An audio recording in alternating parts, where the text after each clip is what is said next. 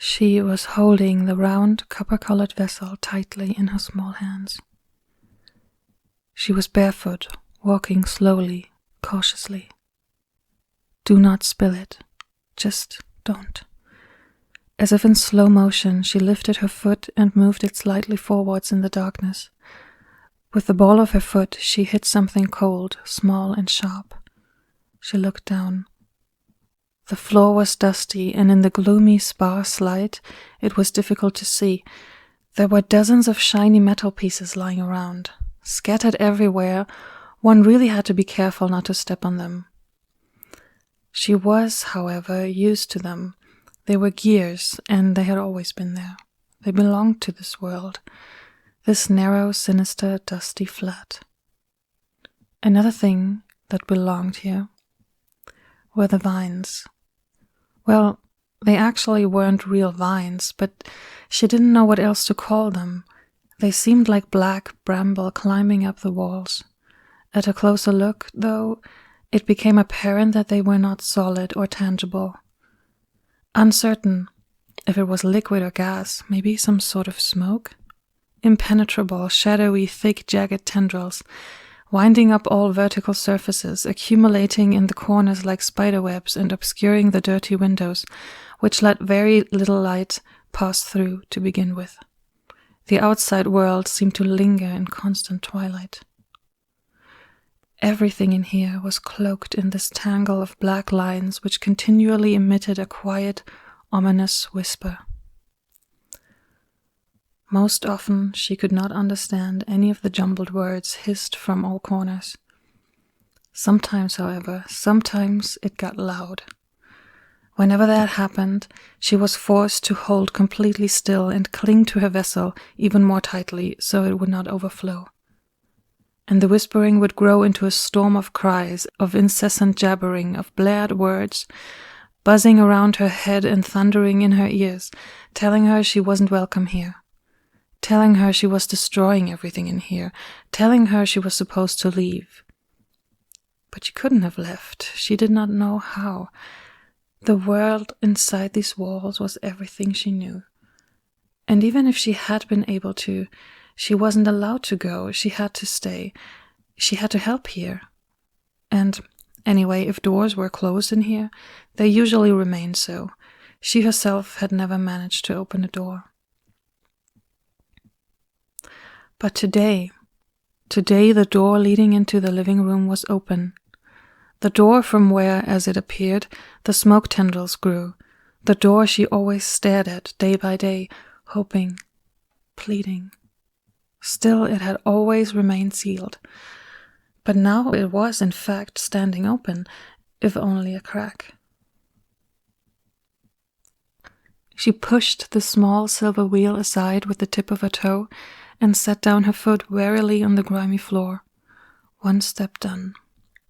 One step without spilling any of the black ink-like fluid with which the cup in her hands was filled up to the rim.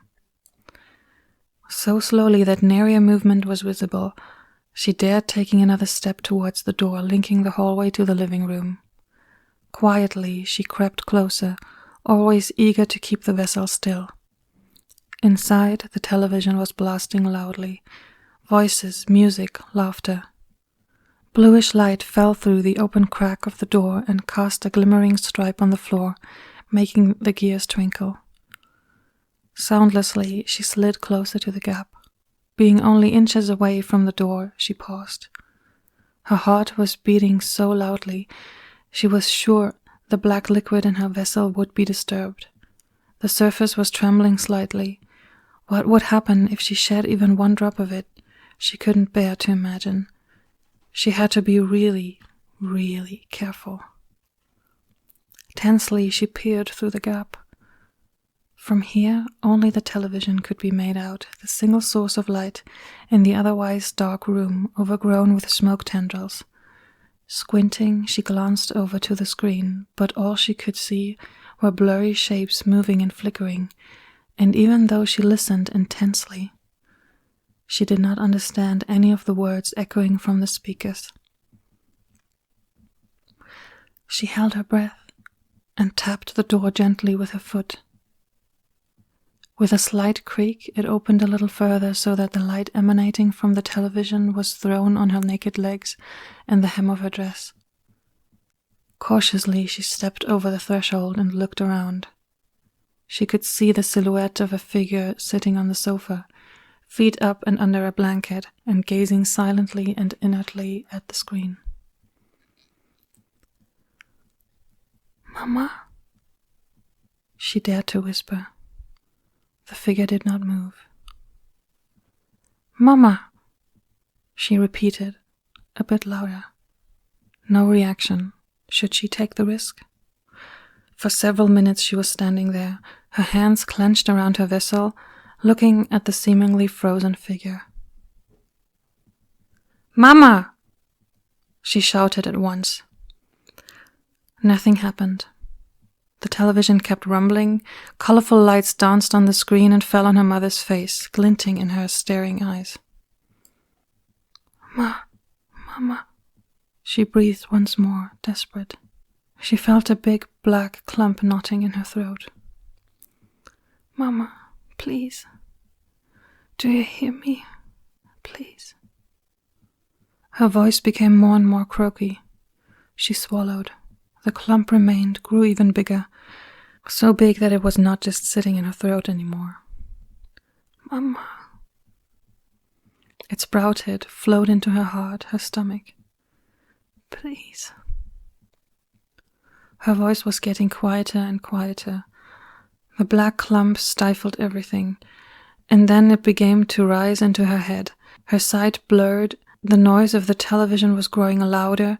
Now the hissing from the smoke tendrils mingled with the rumbling, was no longer a whisper, was screaming now, screaming in her ears. All of a sudden everything was raging around her like a storm. Her legs petrified, she could not move, nor make a sound. Her voice had jumped out of her throat, had fallen somewhere on the dark floor, rolled away into nothingness. Mute, she glanced at the figure on the sofa, but her mother was as motionless as before. A small, shiny black tear ran out of her eye, down her cheek, and fell quietly into the cup in her hands. And in the very moment the drop touched the surface, everything became silent. As if someone had switched off the volume, not only the TVs, but the entire world. The silence pressed onto every inch of her body, squeezed her head, wrapped itself around her heart, pushed on her chest. She could no longer breathe, nor speak, nor anything else. Like in trance, her eyes wandered down to her hands, and she saw a torrent of black fluid streaming from her vessel soundlessly. Across her fingers, down her dress, and down her legs, the black flooded the floor she was standing on. And her heart burst out of her chest, flew through the room, hit against the opposite wall without making a single noise, and fell on the dirty rug without life. Her body, empty, was hurled backwards, and she landed on the threshold to the hallway, where dust and gears were whirled up by the impact. The cup was falling, and falling, slowly.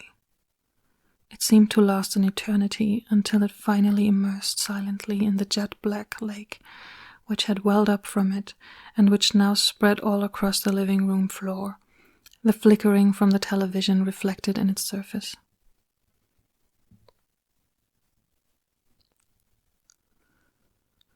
She couldn't remember how long her pieces had been lying scattered in the flat like this, but she knew that the sound was back at some point. The same buzzing of the TV, the whispering and hissing from the tendrils on the walls.